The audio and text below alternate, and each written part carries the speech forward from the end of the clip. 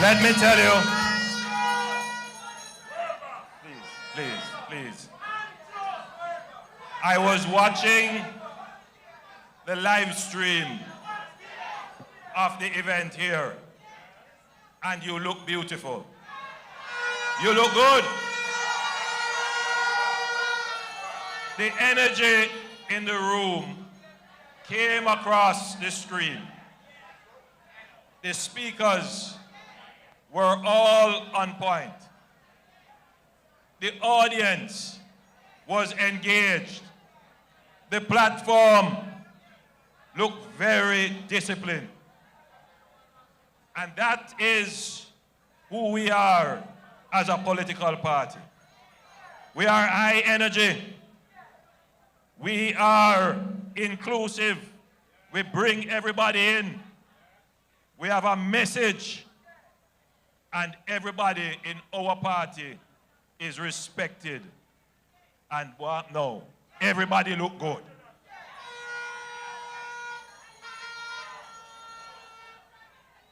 And as I was driving in, I recall a few months ago visiting here just after Hurricane Beryl and how the place was devastated.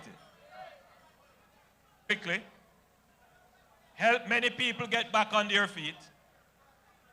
I know that there are still some persons who are not yet complete in their assistance and recovery. And I have said to your minister, who is a minister that is leading that charge, that whatever the bureaucratic hurdles there are, you must get over those hurdles and make sure that everybody gets their recovery. And I know that my minister is going to make sure that everyone who qualified for a recovery grant will get their recovery grant. It is not a matter of money. It is just a matter of the process. And therefore, Minister, make the process work faster.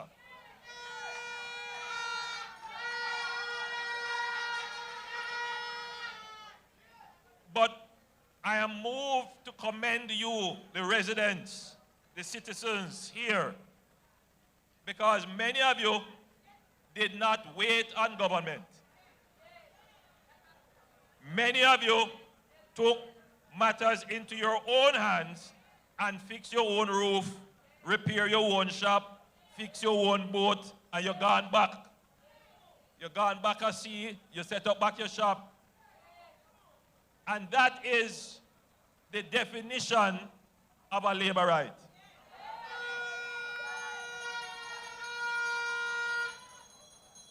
Labor rights don't sit down and wait on the government. Labor rights are naturally industrious, hard-working people. Labor rights are people who believe in independence. We will do things on our own. If something I give away, why not get it? But we're not going to wait upon it if it not come. That's how we stay. What we want is a government to enable us to provide the infrastructure, the road, the water, the education. We will go find it on our own. What we want from the government is for those people who really can't help themselves. You call those the vulnerable and marginalized. Look out for them. And that is what your government has been doing. For all the times that I have come into Rocky Point and into Southeast, I've always been so very impressed with the people. You have a special energy. This is a special part of Jamaica.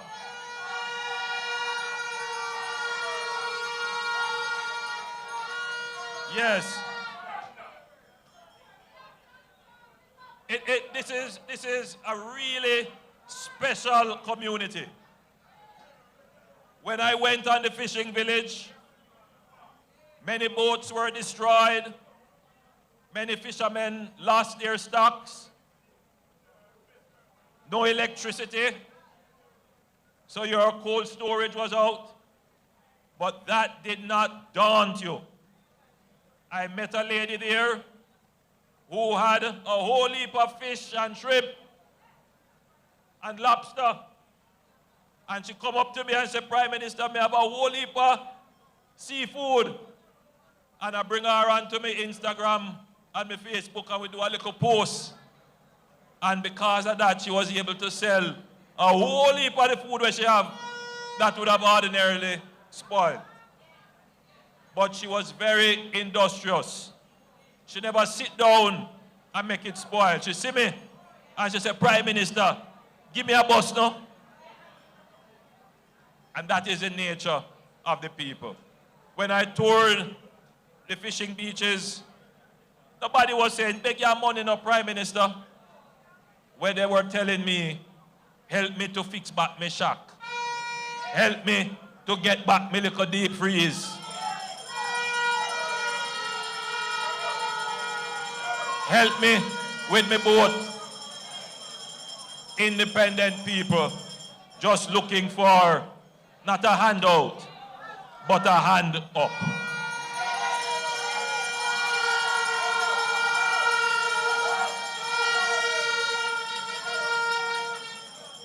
And as I toured this community during the recovery period, just after the hurricane, I got a chance to interact with you and to hear your challenges.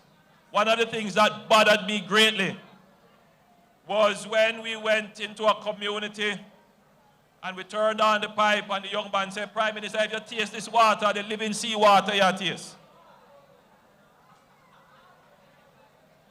And then another youngster came to me and said, Prime Minister, we have a big tank and the pipe run, but when you turn it on, there is no water. So I know that water is a big issue here. As I spoke with your member of parliament about the issue, and we were discussing why is it that there is this problem with the water, obviously, over many years, your mangroves have been destroyed, and therefore there is a high level of saline intrusion in the water table. And when that happens, your pipes get corroded and water seep in, seawater. But more than that, this area, by and large, was informally settled. So a lot of people here don't have title for their property. A lot of people are in communities that were not properly planned. And so as I think about the problem about water, I also have to think about the problem of how we properly plan your settlement, because the roads are not always properly scribed out. And because of that, sometimes you are in areas that are prone to flooding because the drainage was not properly put in from the start. So as you examine the problem of water, you have to deal with the problem of land settlement, and then you have to deal with the problem of drainage. But outside of that, and of course, your problem with the roads. When you take all of those together, Minister Vaz, him don't tell you what he's going to do for your light situation. When you take all of that together, you realize that you can't just come to the people with a simple plan. You can't just come tell you, say, yeah man, when me win, you're going to get water, light, road. Yeah, exactly. Exactly. So you know that the challenges that you face require a government who cares and a government who understands, but a government who is effective, a government who can deliver, a government that has the track record, a government that has done it before and can do it again.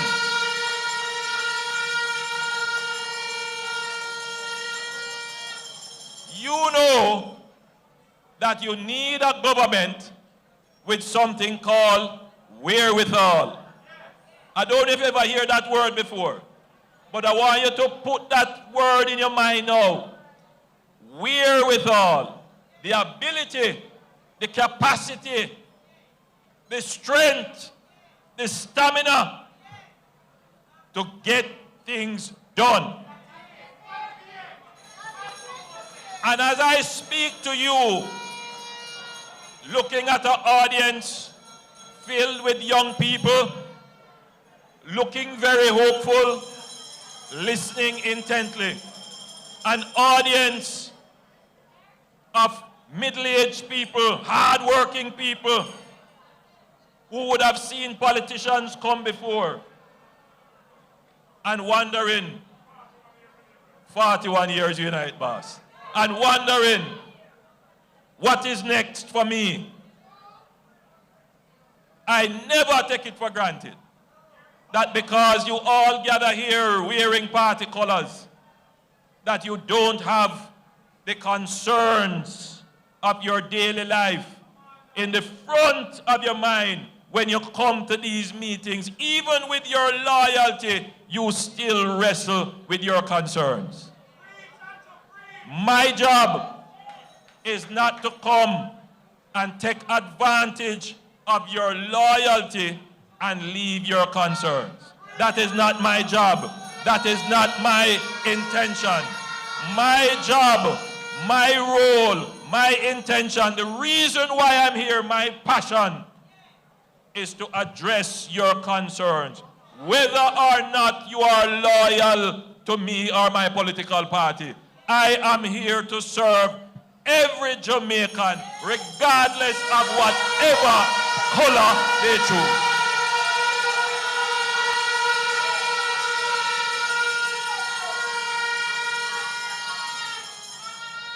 So when I left here, having gone through, stopped and talked to people, listened very carefully, and I went back into Kingston, and I sat at my desk, and I said, what it is that we need to do for the parish of Clarendon, but as I am here in Rocky Point, for the people of Southeast, and in particular, Rocky Point. And as I reflected on what we have done in St. Thomas,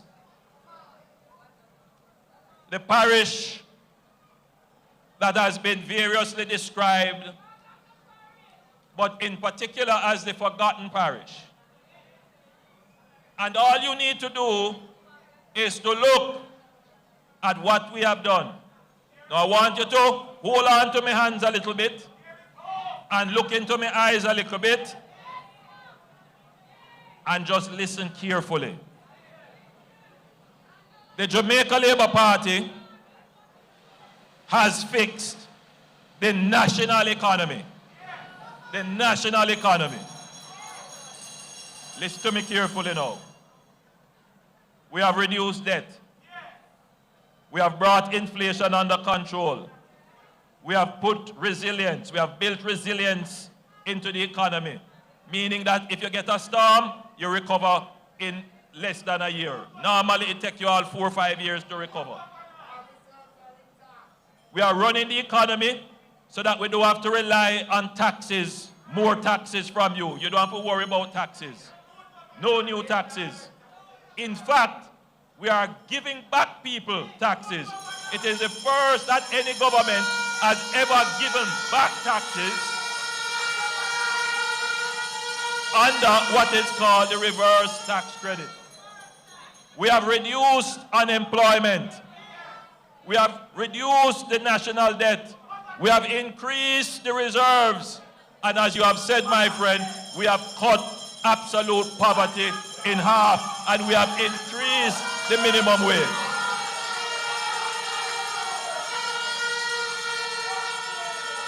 All of these are incontrovertible, irrefutable, uncontestable facts. And that space, no one can challenge us. And even some have chosen to ignore it. But that's their choice. Hold on. Now, in the next phase of our government, what we are going to focus on now is to create what I am going to call your local economy. In the same way we fix the national economy, we are going to fix your local economy so that you can live, work, do your business, raise your family, and experience your own prosperity right here in your community.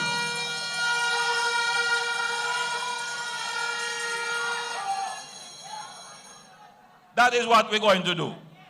That is what is called bringing the prosperity of the economy closer to you. What does that entail? From the dividends, meaning from the proceeds that we get from the big economy, the national economy, we will divide that up fairly across the country, as we did for St. Thomas. And what we did for St. Thomas, we looked at a couple things. One, St. Thomas needed a proper highway to connect it to the rest of Jamaica quickly and efficiently. So we built that highway. Normally, it would take you over an hour, sometimes 2-3 hours to get from one point in St. Thomas to Kingston. Now, I get there sometimes in 45 minutes or less. Fast. Once you start to increase in and out traffic, then you're going to get more business. Because it becomes an option for people to say, you know what, instead of me living in a town where it's cramped, let me go find a little piece of land in a St. Thomas and build and live there. So you're going to see an economy emerge in St. Thomas as people go to live there, people go to work there, people go to raise their families there, people go to do business. You're going to see tourism boom. You're going to see business process outsourcing boom. You're going to see agriculture boom. You're going to see mining boom. All kind of things going to happen there. And once that starts to grow, more people get employed, more people have income, and people can take care of themselves. We put in main trunk lines for internet, big water mains for water. We put in proper power lines come in, and we're now going to start to fix the roads leading into the communities so that people can start to experience real prosperity. We are now going to do the same thing for this parish. And this parish has a larger economy already than the parish of St. Thomas. This parish has a large agricultural base. You have a large mining base. You have a large fishing base. And recently, you have the LNG terminal, which is somewhere off the coast, and you have the bauxite terminals up. So you have the makings of a strong economy already. What we must now do is, one, fix your roads, your critical roads. And we have started that kind of fair distribution through the Spark program, where we are allocating 10 roads approximately to every MP. But there is another allocation of the Spark program, which is now for strategic roads, main corridors that connect communities together. And so those we will announce shortly. That's the second phase of the Spark program. So many of the critical roadways that connect you, those roads are going to be repaired. We have announced a program this year of $10 billion for water. We have already started $150 million work in this constituency. Well, it's really central, but it will affect this constituency, for the Juno Crescent water pipe replacement, which will give thousands of people in the parish and in this constituency more reliable water supply. Remember, it was this government who started the process of putting in your pipes in and around this area. We are going to make further allocations to fix the problem that you're having with the saline intrusion. You don't have to worry about that. That is already in train. Secondly, you have an asset sitting down there called Vernon Field. Mike Henry, much respect to him, was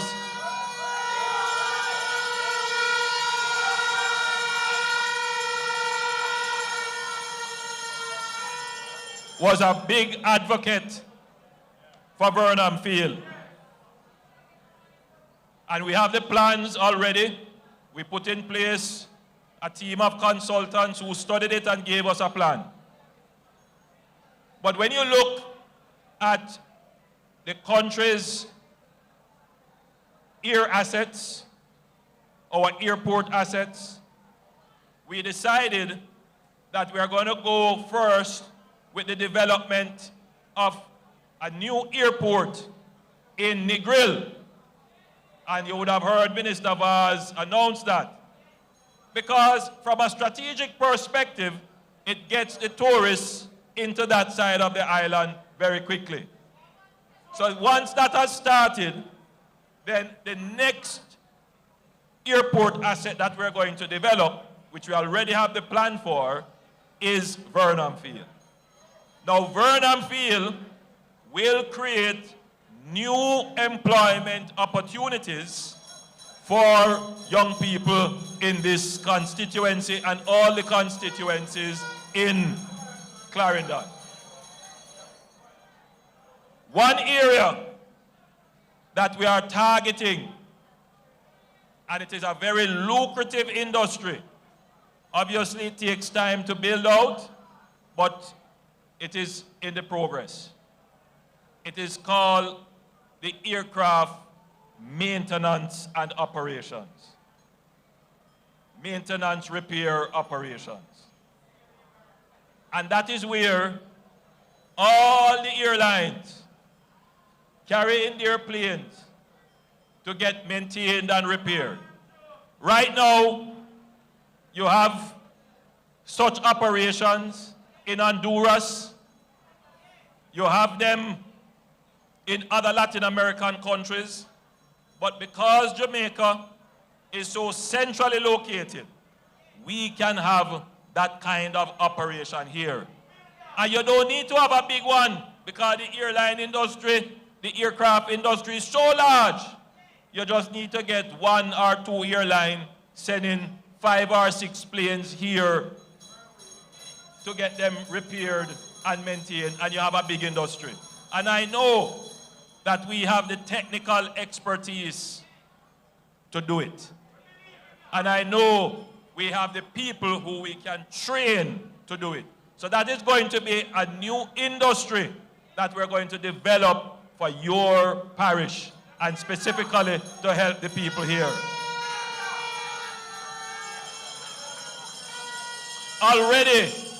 Already, because of the highway, there is great demand for housing in this parish. And I can tell you that there are at least 4 large housing developments that are in various stages of development in this parish.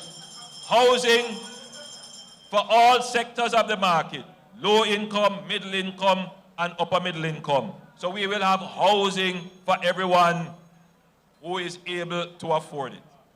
And for those who can't afford, we have our social housing program. And we have done an amazing job in this constituency, and in fact in all the constituencies have benefited from our new social housing program.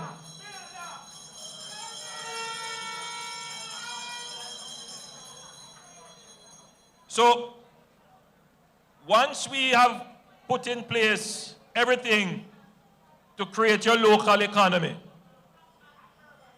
to improve your agricultural development project, where we have irrigated several thousand acres of land that is going to take on former sugar lands and convert them into other crops, such as orchard crops and cash crops. That is going to create a new economy.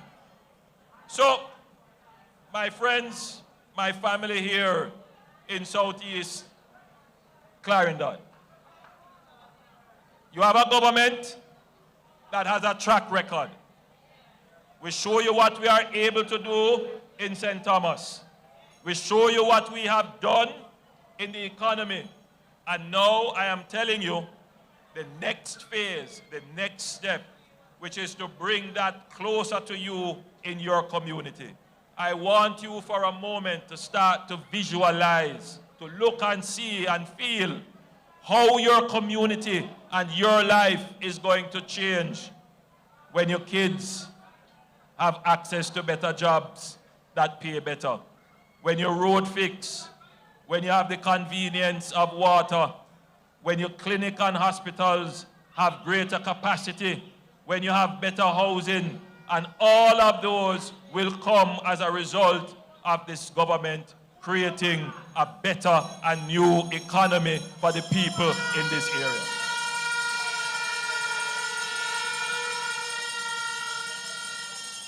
I say all of this because after the vuvuzelas and the shouts of shower, you still go back home and are confronted by your realities.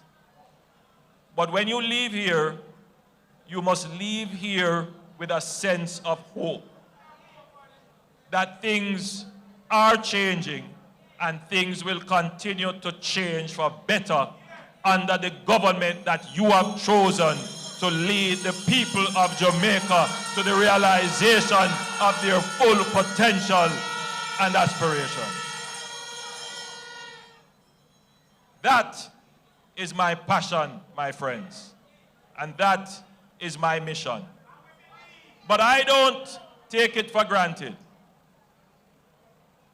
2 Peter chapter 1, verse 10, a part of it says, brethren, what does it say? Brethren,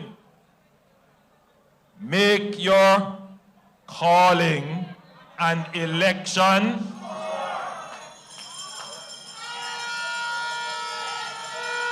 I want to leave that message to every Labourite. Labourite, make your calling of the election sure.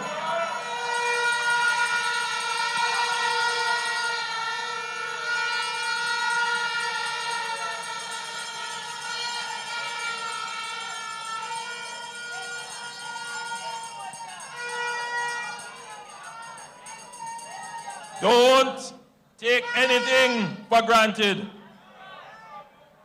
Crowds don't win election. Polls don't win election. Newspaper columns don't win election.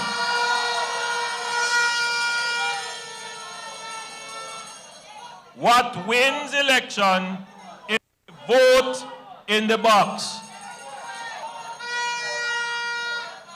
And elections are all about a choice.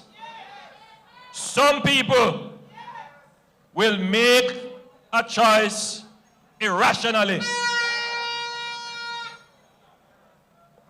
They wake up on the wrong side one morning, kiss them teeth, and make a wrong vote, and then them suffer for the rest of the time.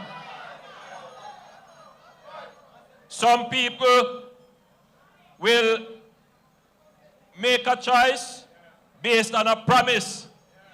A man come and tell them, say, I have a horse for you, and that horse can fly. And you believe. You don't look at the track record to see if there was any horses that have flown before. And then there are some people who just don't know. And anything you tell them, them do. And it is those persons that we who are in the know, that we who see the vision, who have looked at the track record and the history, who are looking at the current experience, we must look at our brothers and sisters. My friend, you could have completed my speech, and educate them. Because it makes no sense that we are in one boat together and one set of people do irrational things and turn over the boat with the people who are doing the right and rational thing.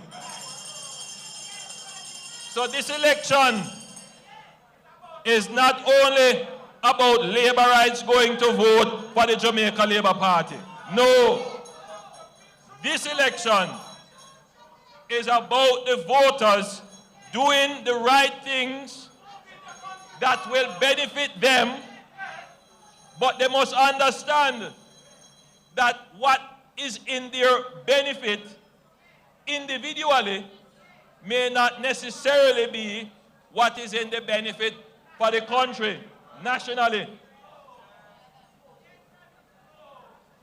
And the only way that your benefit individually is going to be secured is when the benefit of the country nationally is secured.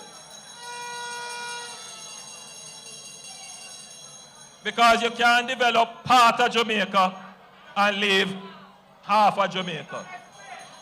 PNP people must know that when the Jamaica Labour Party win, they win as well, because they will benefit equally from the prosperity and the dividends of the good management of the national and the local economy. PNP people must know that your party here, the Jamaica Labour Party, is not a party that discriminates. We are not a cult. We don't look at people by virtue of their color and exclude them. No, we are the national party of Jamaica. The Jamaica Labour Party is the national party.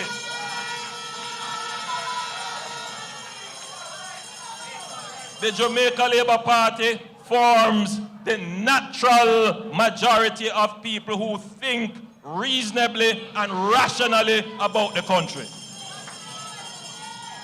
And therefore, my Labourites here in this lovely constituency of Southeast Clarendon, where you have Labourite here so and PNP here so, don't frown up your face at them.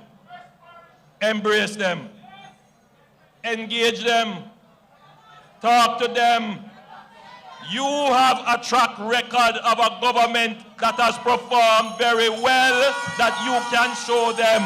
And you have been given the mission and the mandate to bring to them. Bring them along on this journey to move Jamaica from poverty to prosperity. Labourites, choose Jamaica. Choose the Jamaica Labour Party. God bless you. I love you.